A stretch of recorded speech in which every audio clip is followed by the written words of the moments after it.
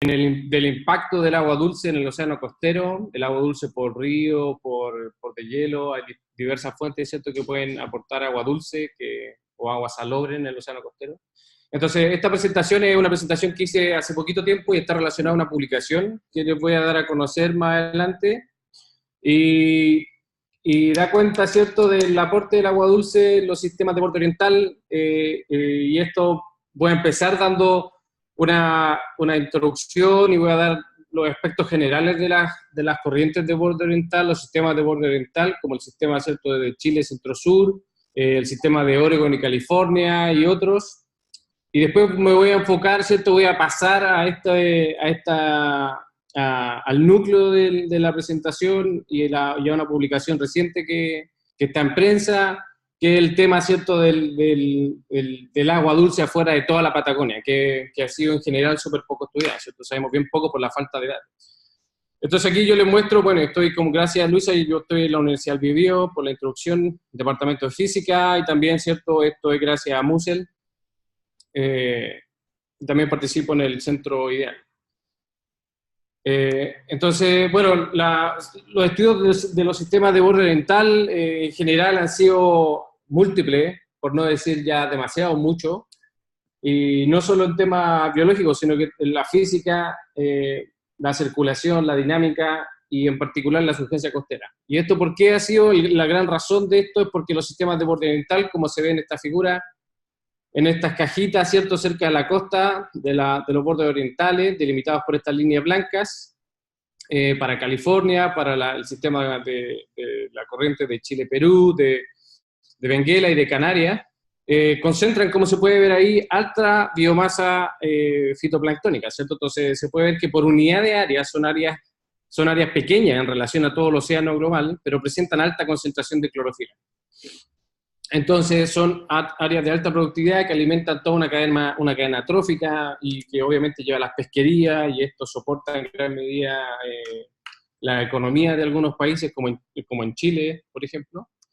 Entonces, ¿a qué responde esto? O el principal sospechoso, como le pongo acá, es la surgencia costera, ¿cierto? Un proceso físico que es un mecanismo de traer aguas de subsuperficial a la superficie, y ya todos tenemos en gran medida en la retina, en el subconsciente, qué es lo que es la surgencia costera. Y lo que muestro acá, ¿cierto?, son imágenes superficiales. Este es un ejemplo para la costa de Oregon, en donde se muestra la temperatura superficial del mar, ¿cierto?, más fría, aguas de surgencia, y las aguas de más afuera son aguitas de mayor temperatura. Y si vemos, ¿cierto?, la imagen de clorofila satelital, para en el lado derecho, podemos ver que es casi una imagen, una foto especular, en donde acá lo que se muestra con agua fría, acá presenta alta clorofila. Incluso podemos ver filamentos que se desprenden de los cabos, en este caso de cabo blanco, que es blanco, y también ocurre lo mismo con filamentos altos en clorofila. Entonces, esta alta productividad de sistemas de borde oriental, en gran medida, esto es un ejemplo solamente, también se puede ver para la zona central de Chile, están asociadas a la alta tasa de surgencia costera en periodos favorables para la surgencia, principalmente primavera y verano, para estos sistemas bien estacionales, ¿ya? Entonces, lo que tengo acá, he corrido unos modelos idealizados, solo para mostrarle un ejemplo. Si tenemos, esta es una vista superficial, ¿cierto? La costa está a la derecha, estamos viendo temperaturas, salinidad y velocidades.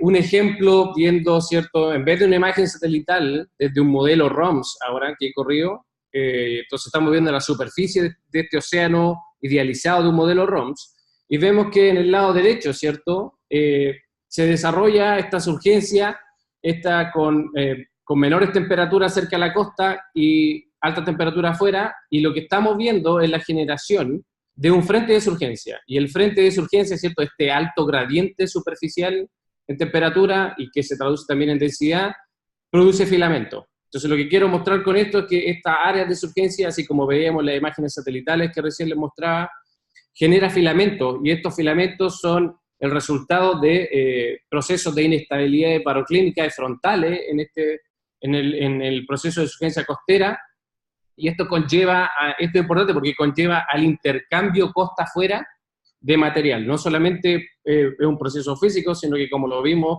en la imagen de clorofila, estos filamentos pueden estar transportándose costa afuera, y de la misma forma hay filamentos que se meten en la zona de la plataforma. Entonces ahora voy a hacer un corte y vamos a ver cómo esta estructura de la surgencia costera con profundidad. Entonces ahora esta es una vista, ¿cierto? A esta vista superficial, a esta película superficial que recién les mostré. Ahora le voy a hacer un corte en profundidad, y esto es lo que vamos a ver, ¿cierto? En profundidad hasta 200 metros, y en distancia, ¿cierto? Hasta la batimetría, distancia fuera de la costa. Y las mismas variables. Voy a mostrar temperatura, la evolución de temperatura, salinidad y las velocidades. Entonces, tengo un modelo, el mismo modelo idealizado ROMS, y cuando lo pongo está sujeto a ciertas condiciones de viento favorable para la surgencia. Vemos que está el ascenso de aguas, ¿cierto? Frías, aguas de surgencia que suben por la plataforma continental, son de alta salinidad, ¿cierto? Por lo tanto son aguas densas, son frías, son altas en salinidad. Y aquí podemos ver que la velocidad U, podemos ver que si U, valores negativos, toda la capa superficial, esta sería la capa de Ekman, que está transportando agua, el transporte de Ekman hacia afuera. Y lo importante que quiero remarcar acá, que este frente de surgencia que estaba asociado a esta inestabilidad baroclínica, ¿cierto? Que esta área de gradiente superficial desarrolla un jet de surgencia, que en este caso es negativo, ¿cierto? Que es hacia el sur, porque F es positivo, es un modelo idealizado para el hemisferio norte. Entonces, esto sería lo que recién vimos en superficie. En este caso lo estaríamos viendo en un corte, ¿cierto? En profundidad y distancia fuera de la costa. Entonces, el frente de surgencia se forma, traemos agua rica en nutrientes, fría, con alta cantidad de sal, transporte Ekman hacia afuera, valores negativos, ¿cierto? Y tenemos asociado un jet de surgencia que está asociado a velocidades geostróficas y presenta alto transporte de material también a lo largo de la costa, no solo costa afuera. Entonces, un poquito vamos a avanzar aquí. Y bueno, esto es una diapositiva que solo para mostrarle que el concepto de surgencia costera, lo que tenemos bien asociado a sistemas de borde oriental, no es solamente por concepto del estrés del viento que produce surgencia, ¿cierto? En este caso estos vectores producirían transporte hacia afuera, como recién lo mostré, sino que también hay una componente involucrada que es por lo que se le llama el curl o el rotor del viento, que básicamente estas variaciones espaciales, que está denotado aquí por estas derivadas, ¿cierto? En espacio, en dx, en dy. Entonces, cuando tenemos variaciones espaciales del estrés del viento, se produce un rotor que produce, este rotor alimenta velocidades verticales. Entonces, en este caso, para el hemisferio sur, estos colores morados, de estos cerca de la costa, significan que existe un rotor negativo, y un rotor negativo en el hemisferio sur también da cuenta de velocidades hacia arriba, velocidades positivas. Entonces, esto sería una forzante adicional al transporte de Ekman clásico que uno conoce, también produciendo surgencia, pero surgencia por el rotor, no por la divergencia con respecto a la costa.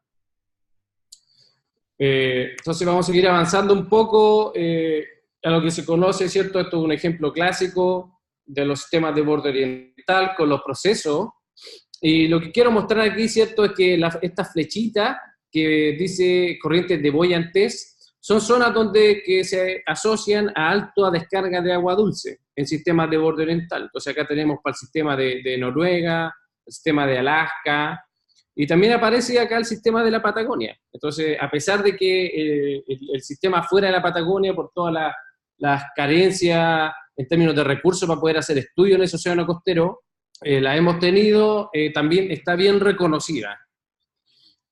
Entonces, y esto está asociado, ¿cierto?, a estas corrientes de Boyan-Tess, están asociados, esto es un ejemplo de la costa de Oregon, una imagen satelital, donde podemos ver la presencia de estas plumas de ríos que descargan agua dulce, ¿cierto?, al océano costero y producen una banda costera completa de agua salobre, de agua dulce. Y esto porque las plumas se rotan, y esta descarga de agua dulce se rotan y empiezan a fluir a lo largo de la costa en una corriente boyante como este esquema que estoy presentando. Y básicamente lo que quiere decir esta corriente boyante es que responde, ¿cierto?, a un gradiente de densidad costa afuera. Y esto es porque básicamente si tenemos agua con menor densidad cerca de la costa y tenemos agua más densa afuera, por balance geostrófico, un poco de física, ¿cierto? Eso básicamente, en palabras simples, lo que se traduce es que estos gradientes, en este caso en el eje X, ¿cierto? Costa afuera, va a producir que se exciten velocidades en la otra dirección. En este caso serían velocidades meridionales. Entonces, con respecto a esto, las plumas se rotan por F, por la presencia de Coriolis, y se alimenta estas velocidades geostróficas, ¿cierto? Que en este caso están asociadas a una corriente de boyantez por la presencia, ¿cierto?, de agua de menor densidad. Entonces, lo que quiero mostrar aquí es este otro caso de un modelo ROMS idealizado que he corrido, y lo que les quiero mostrar es cómo sería el caso. Aquí yo tengo, ¿cierto?, casi el mismo dominio, pero ahora tengo un estuario, entonces voy a descargar agua dulce, esta es la vista desde arriba, ¿cierto?, en Y y en X, y aquí tengo estas secciones, que son las líneas blancas, en profundidad, 1, 2, 3, 4, que son estas secciones que voy a mostrar acá, para poder ver la estructura vertical de esta pluma de agua dulce que va saliendo. Entonces, fíjense que va saliendo el agua, el estuario se rota, esto lamentablemente lo hice para mi doctorado, entonces era el hemisferio norte, forma, ¿cierto?, va formando una zona de acumulación de agua dulce, a lo que se le llama pouch, o zona de acumulación. Fíjense que esta zona va acumulando harta agua dulce, tiene una estructura vertical marcada, va ganando profundidad, se va mezclando en sus bordes, pero a medida que esta zona de acumulación se va formando, va fluyendo, va abrazando la costa para fluir como una corriente boyante, como recién lo expliqué, y si vemos este corte, que es el de más del norte acá, podemos ver que fluye a lo largo de la costa con una estructura vertical bastante definida. O sea, a diferencia de afuera de la boca, el estuario, que puede tener una estructura más vertical, más grande, pero más extensa, costa afuera, cuando va a lo largo de la costa, está orientada verticalmente más fuerte. Entonces yo lo que hice acá, después al día 8 más o menos, le pongo un viento de surgencia. Entonces quiero ver que una pluma sin forzante va a fluir, se adhiere a la costa y fluye como corriente boyante. ¿Qué pasa si ahora le pongo un viento favorable a la surgencia?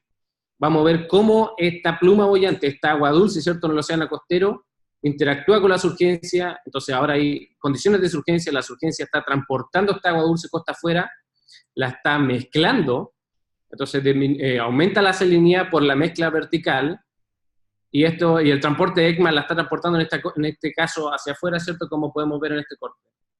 Si el viento de surgencia es muy permanente en el tiempo, entonces se da que además de transportar la costa afuera, también va a ser transportada en la misma dirección del viento.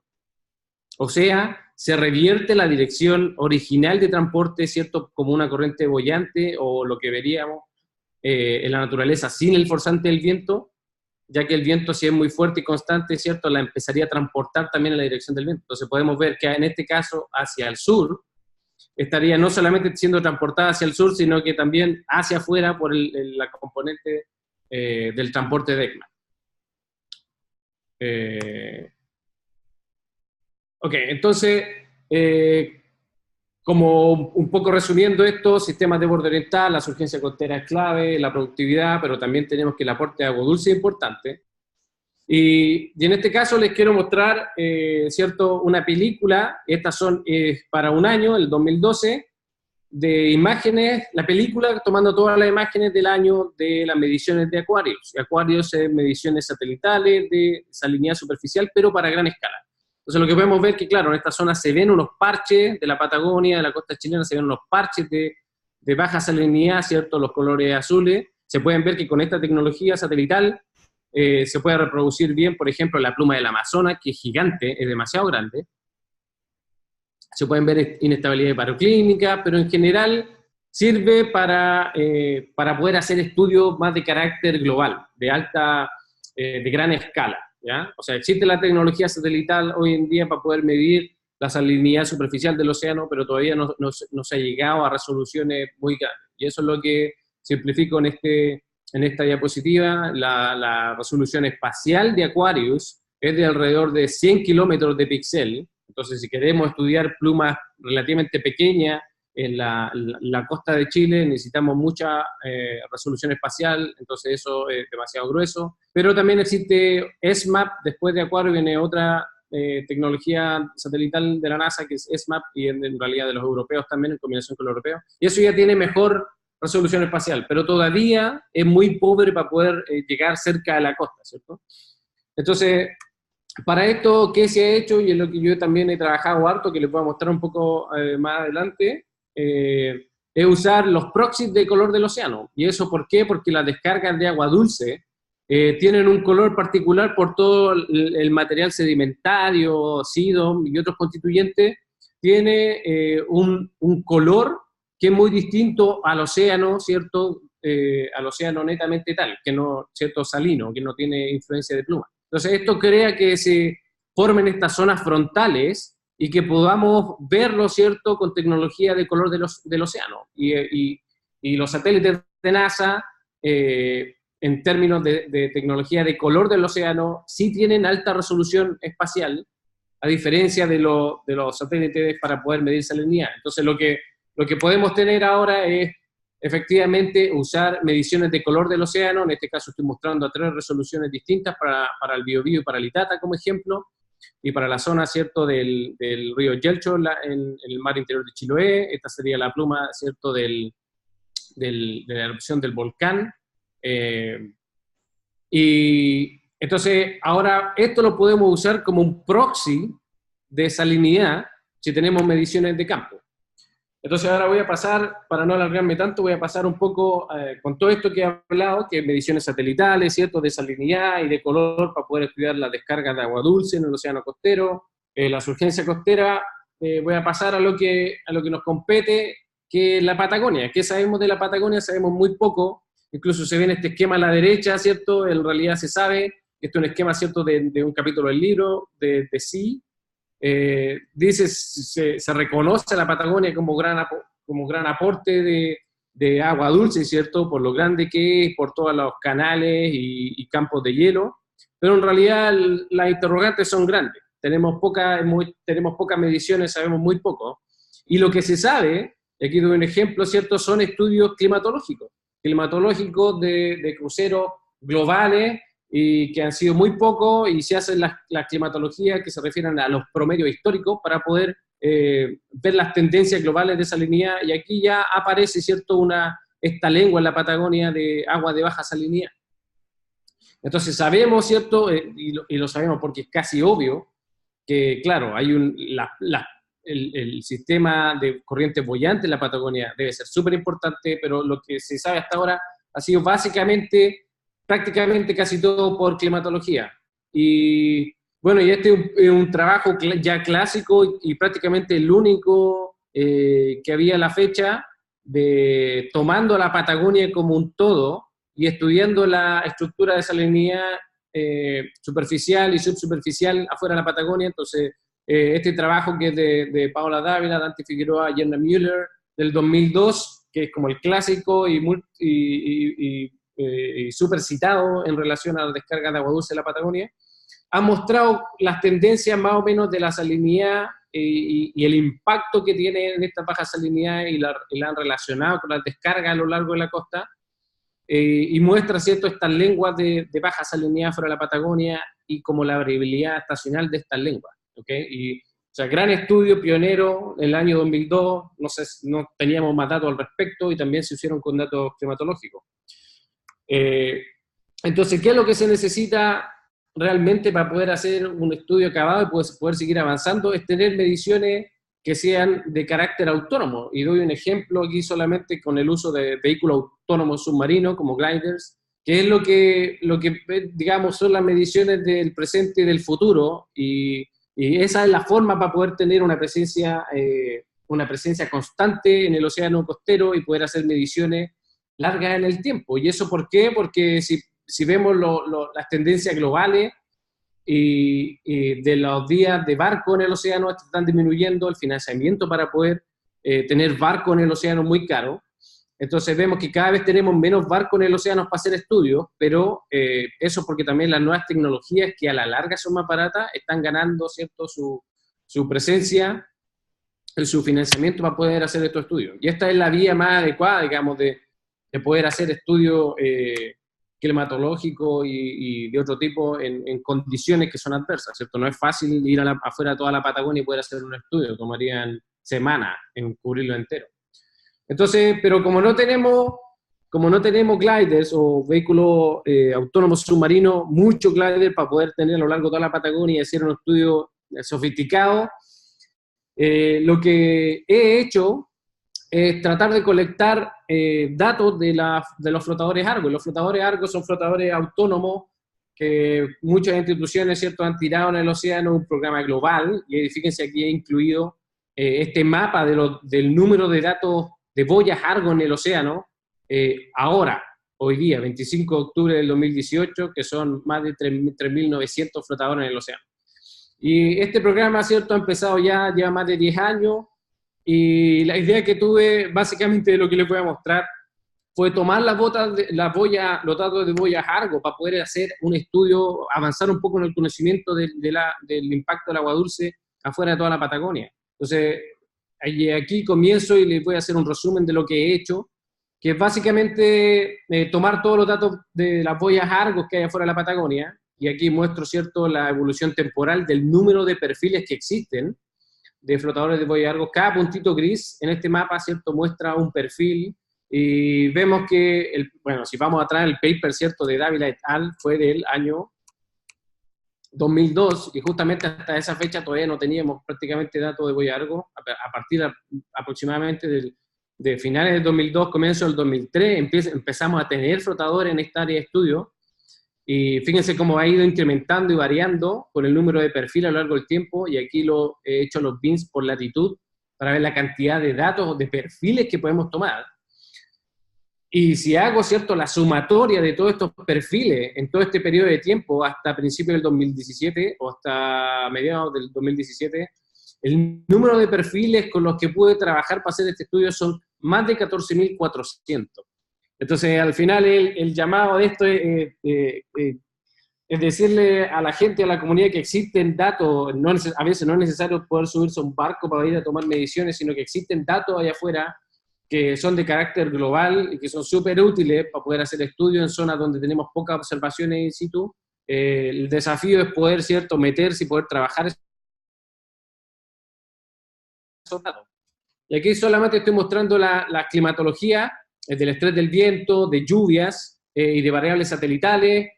Para poder avanzar un poco más rápido, les quiero contar que, ¿cierto?, estos colores del océano como turbidez de alta resolución, entonces podemos ver, esto ya nos muestra que hay un patrón bien marcado de alta turbidez, que es el color, ¿cierto?, el color contrastante que presentan estas descargas de agua dulce en primavera y verano.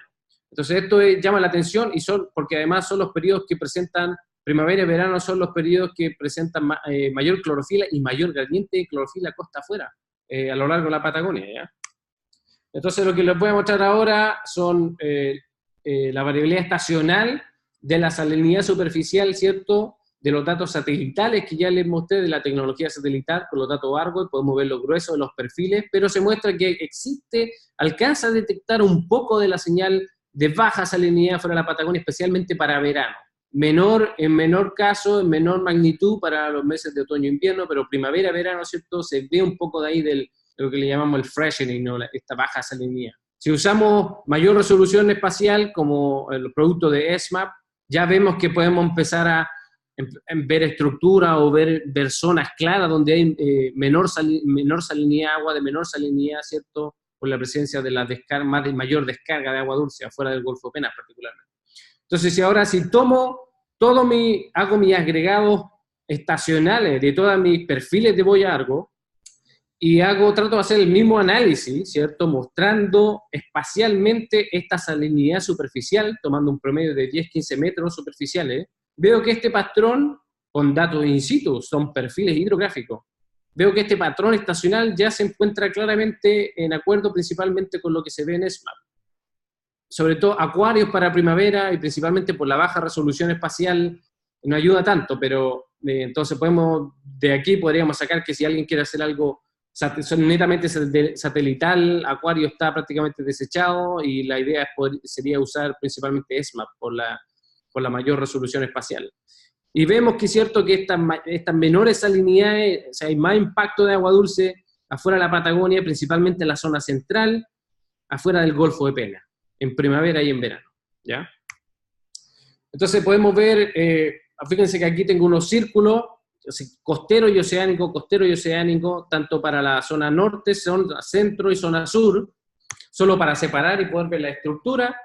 Entonces aquí veo la variación estacional ahora, quiero ver la estructura vertical de perfiles ejemplos o perfiles típicos, donde vemos la salinidad, ¿cierto?, que para la zona norte, zona centro y zona sur, y podemos ver que en la zona sur, por ejemplo, presenta menos presencia de agua dulce o las salinidades no son tan bajas en comparación a si vamos más al centro, al norte, la zona de afuera del Golfo de Penas, para el verano, este sería, ¿cierto?, en los perfiles que tienen un contorno negro es el perfil costero, con C, y el perfil oceánico, ¿cierto?, el perfil que solamente son los circulitos de colores. Entonces podemos comparar costero versus oceánico, costero versus oceánico, costero versus oceánico, y siempre, y esto confirma, ¿cierto?, los datos satelitales y de ESMAP y los compuestos superficiales de las salinidades de Argo, que las menores salinidades se presentan en primavera, en verano, y es un gran contraste con lo que pasa costa afuera. Las salinidades que siempre son alrededor de 34 unidades de salinidad.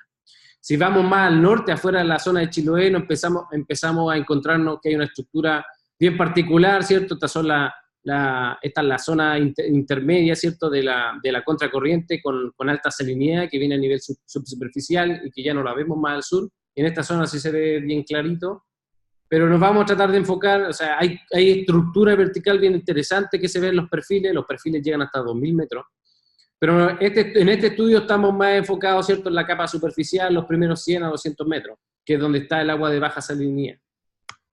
Entonces, lo que he hecho agregados a lo largo de la costa, reuniendo todos los datos para poder ver de forma más gráfica cómo son la estructura. Entonces vemos que en el eje X estos mapas de color son la latitud, entonces de la derecha a izquierda vamos del norte hacia el sur, ¿cierto? De la zona aquí del norte, de afuera de Chiloé, cerca de los 40, incluso más al norte, y vamos hasta el sur de la Patagonia, esto abrazando una franja costera. Y lo mismo para una zona bien oceánica, ¿cierto? Como también lo mostré para los perfiles oceánicos. Entonces vemos que la franja costera, a lo largo de toda la Patagonia, en la franja costera vemos, ¿cierto?, esta marcada baja salinidad, que es más prominente, es más marcada, ¿cierto?, en la zona central, como ya lo dije, pero también importante en la zona norte y sur. Y en la zona oceánica, obviamente, las salinidades son mucho más altas. Y lo importante de esta figura es que, ¿cierto?, tenemos también una estructura térmica, tenemos mayores temperaturas superficiales para la zona más del norte, obviamente, por la disminución de temperatura meridionalmente, ¿cierto?, hacia el sur. Pero también ocurre eso costa afuera, ¿cierto? Los gradientes meridionales son casi parejos, pero lo importante acá es mostrar que esta es la estratificación, ¿cierto? ¿Qué tan estratificada está la columna de agua? Hay valores más rojos, ¿cierto? Rojitos acá muestran una alta estratificación. Entonces, esto lo que quiere decir, y lo que está mostrando es que toda esta alta estratificación que se ve desde el norte hasta el centro de la Patagonia están súper bien alineadas con alta temperatura, pero también con las zonas de mayor agua dulce.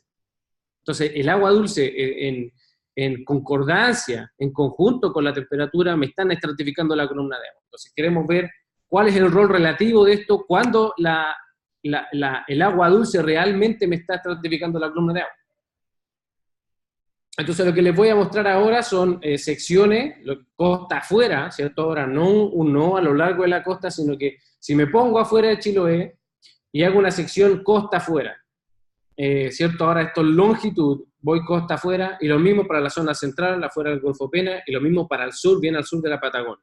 Entonces estoy mostrando aquí los mapas, mapas promedio de salinidad, de temperatura y de estratificación, como ya lo dije, igual que para el caso anterior, pero además aquí lo que estoy haciendo, estoy mostrando el perfil costa afuera de la fracción de agua dulce, que son los contornos en azul, quédense en este caso con la línea sólida, la fracción de agua dulce, que es la cuantificación, que es cierto, una integral, y me está cuantificando cuánto es el agua dulce, cuánta es la capa de agua dulce que tengo costa afuera. Entonces puedo ver la cuña salina de baja salinidad hasta dónde me llega, pero además la estoy cuantificando costa afuera.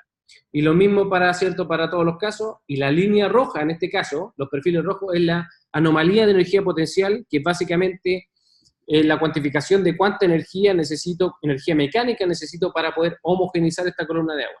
En otras palabras, me está mostrando qué tan estratificado está la columna de agua. Entonces, para los casos, por ejemplo, para la zona central de la Patagonia, veo el corte costa afuera, ¿cierto?, de la cuña salina, veo el perfil de la cuantificación de agua dulce, veo el perfil de la estratificación y veo que van prácticamente de la mano. Entonces, esto me sugiere que en este caso, afuera de la Patagonia, el impacto del agua de baja salinidad es el dominante en la estratificación de la columna de agua. Y lo que vemos, ¿cierto?, estos son contornos blancos. Acá abajo, en la estratificación, vemos que está más estratificado cerca de la costa, que es donde está la cuña de baja salinidad.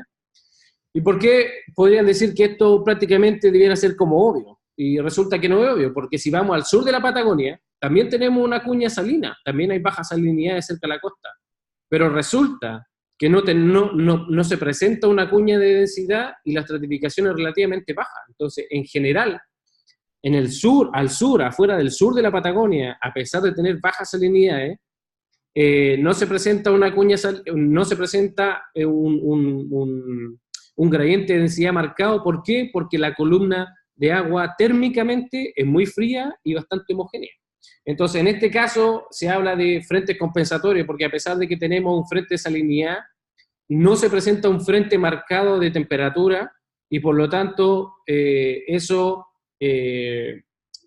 como que pelea en contra de la estratificación salina, y es más fuerte el efecto temperatura. Entonces al final igual está relativamente homogeneizada la columna de agua, bastante homogeneizada si vamos al sur de la Patagonia.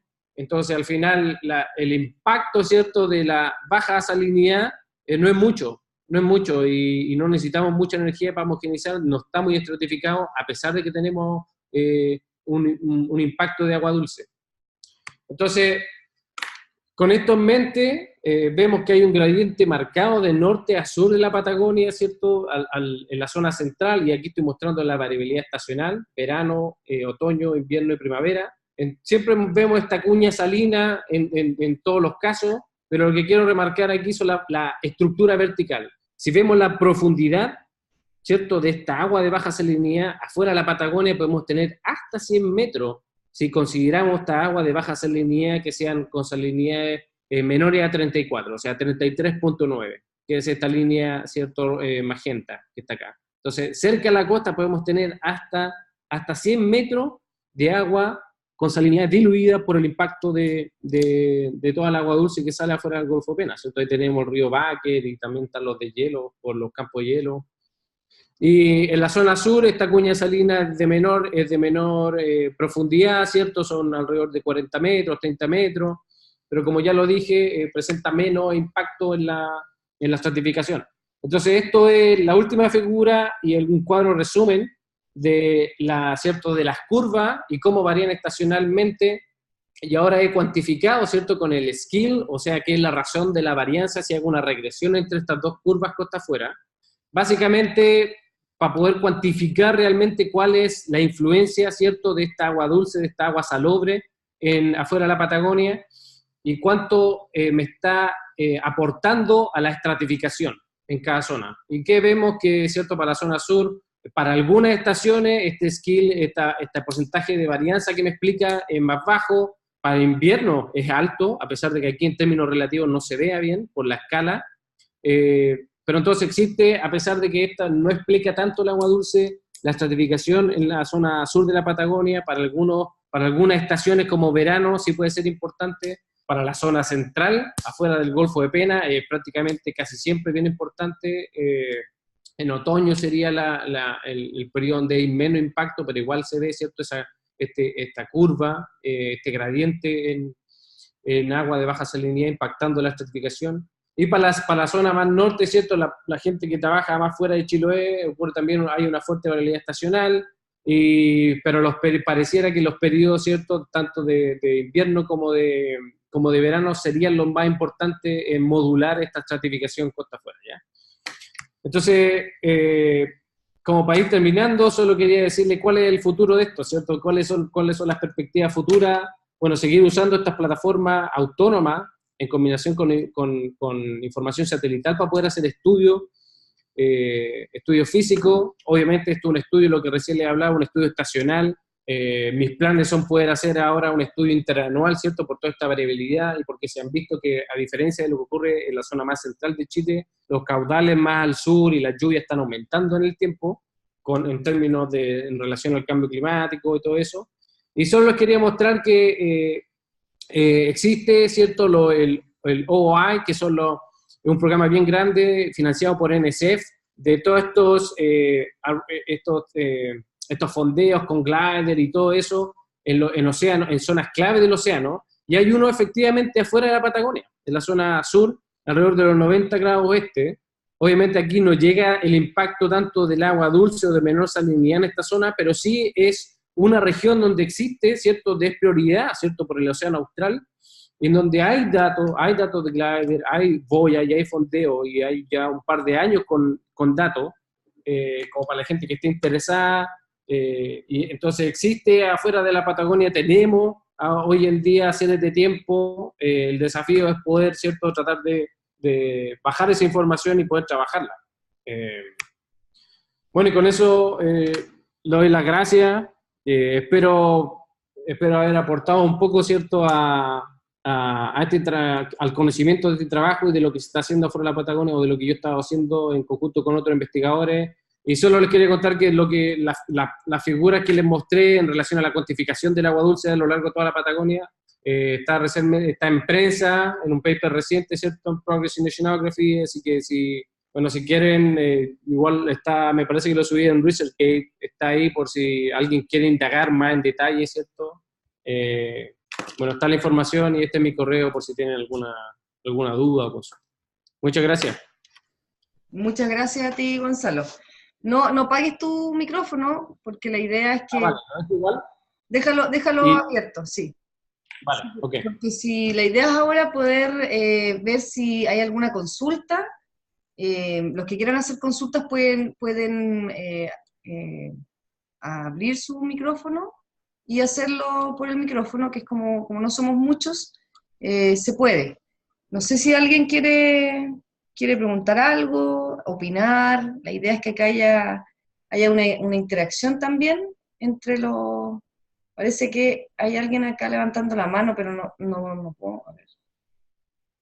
Ahí está, a ver. A ver si puedes hablar. ¿Sí? Habla nomás. ¿Aló? ¿Sí? No se escucha bien. Como que parece que se escuchaba un poquito y después paró. Después se apagó, sí. Es que tienen que ver el tema del micrófono. A veces hay problemas ahí con el... Si está con audífono, desconectarse el audífono parece que funciona. Sí.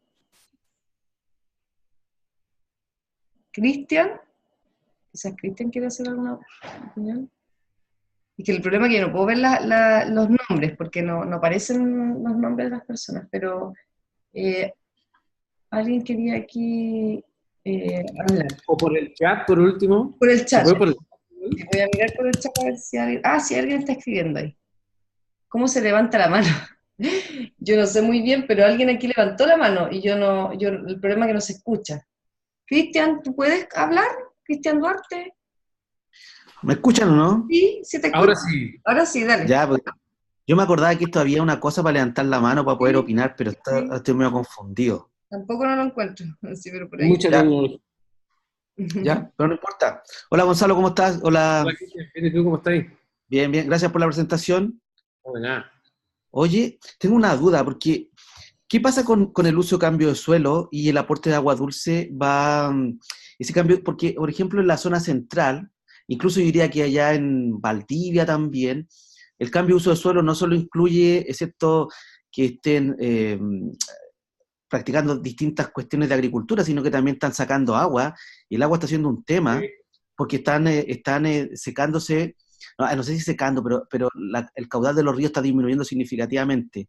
En cambio, tú me dices que para acá, para el sur, para allá, para la Patagonia, debería incrementarse los cursos de agua dulce. ¿Cómo sería entonces? ¿Aumentan, Exacto, disminuyen? y justamente, tu pregunta es súper buena porque, bueno, hace poco tuve que ir a dar una charla a Chillán por el tema del nuevo gobierno regional de la región de Ñuble. Y Y justamente mostramos un análisis a lo largo de todo Chile, esto en conjunto con un colega acá, Luis Soto, ¿cierto? Los sonógrafos, Lucho Soto, de acá de la Universidad del Biobío igual.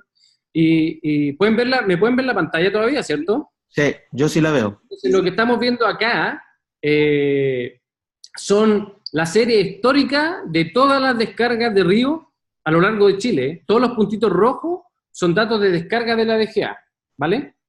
Y si si ven acá en el eje X, ¿cierto? Tenemos datos que vienen desde 1910 para algunas estaciones, ¿ya? Entonces, si vemos las tendencias, estas son las descargas en todas las regiones, y si vemos las tendencias que son las líneas rojas, la tendencia lineal, eso obviamente es lo que conocemos para todo Chile, centro-sur, digamos, incluyendo hasta Valdivia, por esa zona, todo eso va a la disminución, pero notoriamente. Pero si analizamos todas las estaciones que hay para la Patagonia, que tampoco son tantas, vemos que esto en realidad las tendencias van al aumento. Ah, claro, tienes razón, aquí lo veo. ¿Te fijas? Van al aumento, y eso está súper claro. Entonces, en términos de lo que dices tú del uso del agua, por todo el tema del cambio climático, o sea, la gente del norte, del centro o centro-sur, estamos súper preocupados, y lo vemos acá, ¿cierto? En la zona de Concepción, con el tema de la sequía y la mega sequía, que ya se viene hablando mucho. Para el sur, en realidad lo que se ve es que al final va a haber más abundancia de agua dulce. Y eso también está relacionado al tema del derretimiento de glaciares y cosas así, que también es algo crítico. O sea, no es como que, qué buena onda que para el sur vaya a haber más agua dulce, sino que de dónde viene el agua dulce, que el derretimiento de los hielos es cada vez mayor. Eso produce que también haya más descarga, ¿cierto?, hacia el océano costero, que vemos las tendencias, ¿cierto?, los datos de descarga, los caudales y todos esos datos que se muestran ahí, esas tendencias van a la alza. Sí, sí. Oye, y la última pregunta, en ríos grandes como por ejemplo, no sé, allá en el sur, en el Baker o el Valdivia, Sí. ¿cuántos metros, cuántos kilómetros llega la influencia de agua dulce mar afuera? Ya, entonces eso, el Baker, por ejemplo, el Baker es el principal contribuyente en la zona del Golfo Pena, y de hecho no mostré aquí, pero también tengo algunas imágenes como de color que he procesado para esa zona, para algunos días claros, que son muy pocos, sin por tanta cobertura nubosa. Pero esta pluma que uno ve aquí, ¿cierto?, se la podría atribuir principalmente a la influencia del Baker. Y si te fijas, la cuña salina, que la descarga el Baker, o sea, el Baker es el más caudaloso de Chile, ¿cierto? Son varios miles de metros cúbicos por segundo. Y si miramos la cuña salina, acá estamos hablando de los 78, 79 huestes. O sea, igual hay una influencia, ¿cierto?, en la circulación y la mezcla vertical, y la mezcla que no es agua dulce, ¿cierto?, es agua de baja salinidad, pero la influencia del agua salobre por lo que sale del Golfo Pena son varios, o sea, de los 76 a los 78 estamos hablando que si tenéis en un grado, bueno, en un grado de longitud no, pero en un grado de latitud son 100 kilómetros, Claro. estamos hablando que pueden ser hasta 200 kilómetros. Ya, harto.